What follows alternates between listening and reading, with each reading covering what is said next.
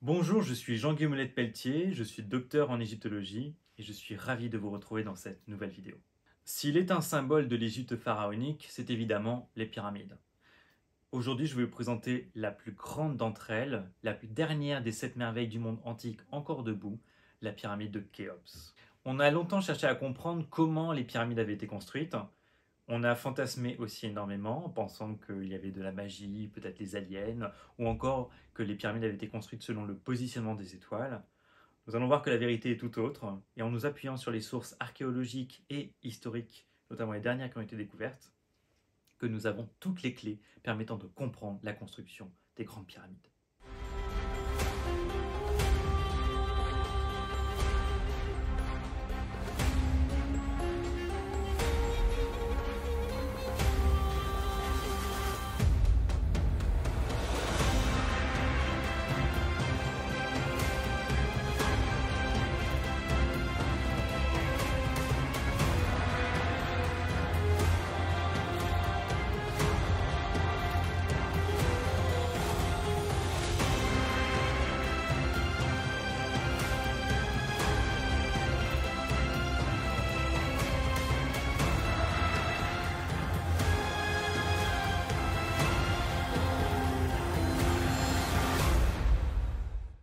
Si vous aimez mes vidéos, n'hésitez pas à les liker, à les partager, à me suivre.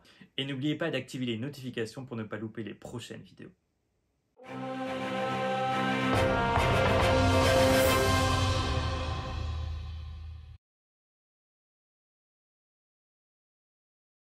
Le plateau de Gizeh est un plateau désertique qui se trouve à proximité du Caire et sur lequel ont été bâties les 3 plus grandes pyramides d'Égypte, celles de Khéops, de Képhren et de Mykérinos. Ces 3 pyramides sont datées de la 4e dynastie, qui est une période comprise entre moins 2600 et moins 2400 avant Jésus-Christ. La première et la plus grande des pyramides, celle de Khéops, faisait une hauteur de 146 mètres pour une base de 230 mètres. Alors, à l'époque, elle faisait 146 mètres, mais maintenant, elle n'en fait que 137, dû au démantèlement de la roche pour bâtir les cités à proximité, notamment Foustat, l'ancien nom du Caire. L'inclinaison est intéressante puisqu'elle fait 51,5 degrés, chiffre à retenir pour comparer avec les deux autres. La pyramide du fils de Khéops, Képhren, fait 143 mètres de hauteur sur une base de 215 mètres. Elle fait 3 mètres de moins que celle de son père, mais contrairement à celle de Khéops, elle a encore son pavement au sommet qui la rend d'une certaine manière intacte. L'angle de cette pyramide est de 53,7 degrés. Le fils de Képhren, Mykérinos, a fait construire à son tour une pyramide beaucoup plus petite qui fait 65 mètres de hauteur pour une base de 105 mètres. L'inclinaison de cette pyramide est de 51,2 degrés, ce qui montre par comparaison avec les deux autres que ces 3 pyramides ne sont pas strictement identiques.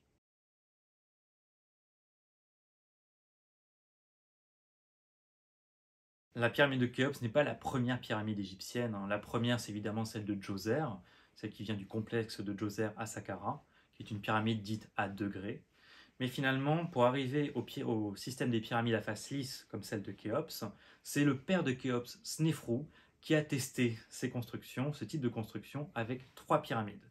La première, celle de Meidoum, donc au sud du Caire, puis celle que l'on dit rhomboïdale, qui était un prototype de pyramide à face lisse, mais qui finalement était trop pentue pour pouvoir tenir, donc elle a été cassée à moitié pour avoir un angle plus bas.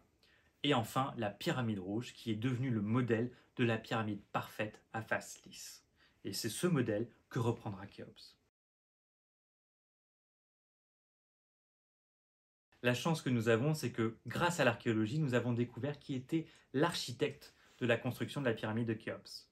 En effet, les mastabas à proximité, notamment le mastaba G4000, a permis de découvrir une statue d'un personnage, d'un haut dignitaire, d'un vizir qui s'appelait Emionou.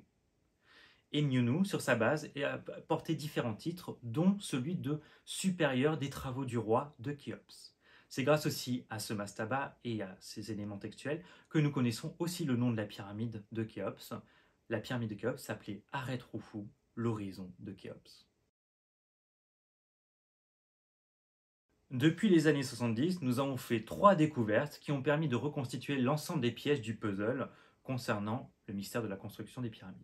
Dans les années 70, Jan Vercouter découvrit à Mirgissa, donc une localité au sud de l'Égypte, en Nubie, une très grande bande rectangulaire faite de limon. Le limon, c'est l'espèce de boue qui est déposée à chaque crue du Nil, sur les berges du Nil. Cette bande de limon recouvrait plusieurs poutres sur tout le long de cette bande rectiligne, ce qui permettait d'une certaine manière d'en créer une sorte de route permettant de faire passer quelque chose. Ce n'est que dans les années 2010 qu'on comprit véritablement l'intérêt de cette découverte, parce que en croisant cette donnée avec une tombe du Moyen Empire, donc à peu près le deuxième millénaire avant Jésus-Christ, qui est la seule d'ailleurs représentation du déplacement d'une énorme statue par des hommes.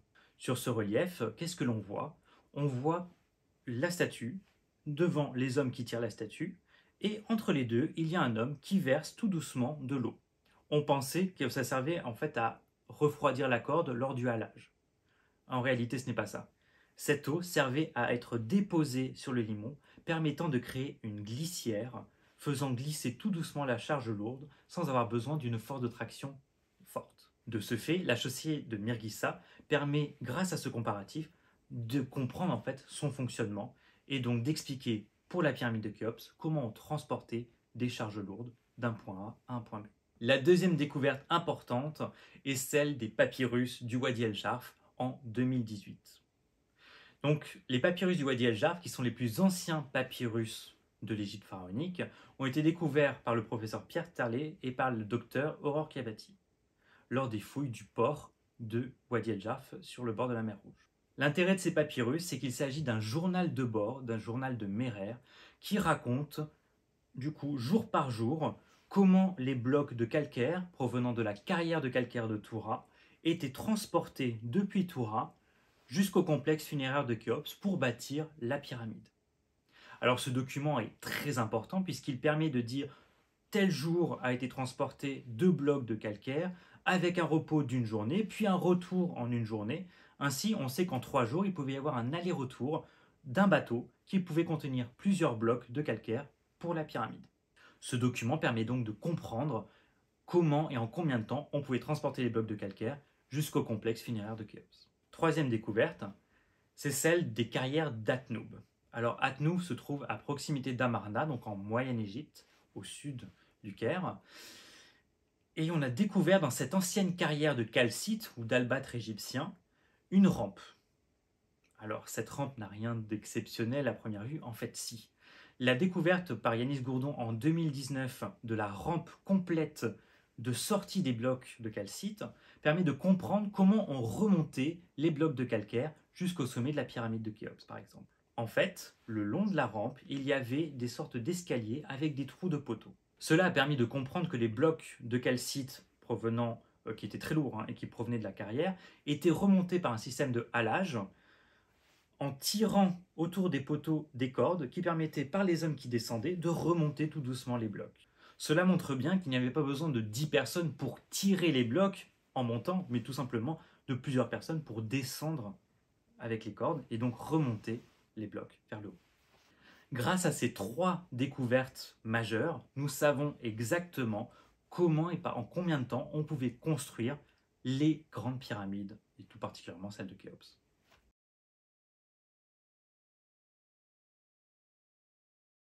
La pyramide de Khéops construite par des esclaves, c'est absolument faux. Ce qu'il faut savoir, c'est que l'Égypte pharaonique, aux époques anciennes, c'était un système de servage, un peu comme en France avec le Moyen-Âge.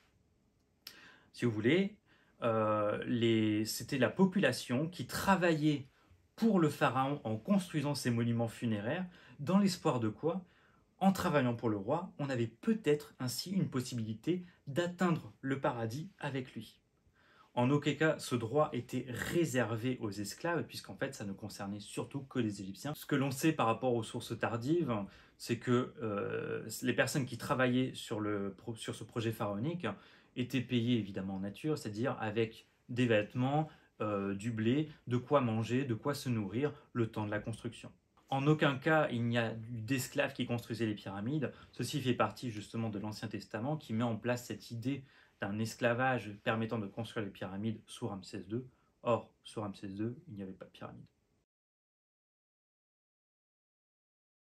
En ce moment, depuis ces dernières années, il y a la mission Scan Pyramide qui a permis de découvrir, grâce à un système de muons, 2 voire 3 potentielles pièces cachées, encore inexplorées, au cœur de la pyramide de Khéops. Grâce à un système électrique qui permet de repérer les espaces vides dans le monument, on a découvert notamment au-dessus de la chambre funéraire un immense espace potentiellement vide, aussi grand qu'un avion, et qui pourrait contenir potentiellement des artefacts ou certains trésors encore oubliés. Bien que l'exploration des conduits a été faite avec des petits robots, notamment dans les années 2010, dans les années 2000 et 2010, pour explorer les conduits dits de ventilation, découvrir cette potentielle pièce au-dessus de la chambre funéraire, ce serait génial, mais malheureusement, on ne connaît pas l'entrée.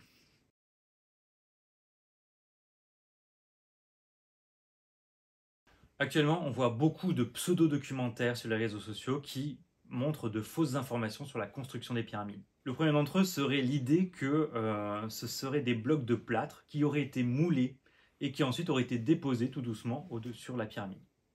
Alors, il y a une chose aussi qu'il faut savoir, c'est que la pyramide n'est pas entièrement faite en pierre. L'intérieur de la pyramide, à part les couloirs, la structure interne qui est bien en pierre, tout le reste c'est de la brique qui fait toute l'armature en fait de la pyramide. Et ce n'est que le recouvrement qui lui est en pierre, ainsi que la base de la pyramide. Autre mauvaise information, les pyramides de Gizeh correspondraient aux étoiles, et notamment à la ceinture d'Orion de la constellation d'Orion. Ça ne fonctionne pas. Pourquoi? Parce que d'abord il y a eu la pyramide de Khéops, puis ensuite, une fois que le pharaon était mort, c'est son fils Képhren qui a fait une autre pyramide à proximité. Il a profité en fait de l'aura de son père, de la magnificence de sa pyramide. Et à la mort de Képhren, Mykérinos, voulant profiter de l'aura des autres, a fait construire une pyramide à proximité. Ces 3 pyramides ne sont donc pas alignées et ne correspondent pas aux étoiles. Elles sont juste voisines. Il y a d'ailleurs en Égypte plus d'une centaine de pyramides, et dans ce cas-là, on pourrait dire que chacune des pyramides correspond à une étoile. Enfin, la dernière des théories, qui est aussi la plus amusante, serait que les pyramides seraient des vaisseaux spatiaux qui permettraient d'accéder à des espaces encore inconnus et infinis. C'est évidemment faux, hein. C'est inspiré principalement de Stargate, ce film qui était absolument génial, que moi j'adorais, mais qui n'est pas une réalité. C'est de la fiction.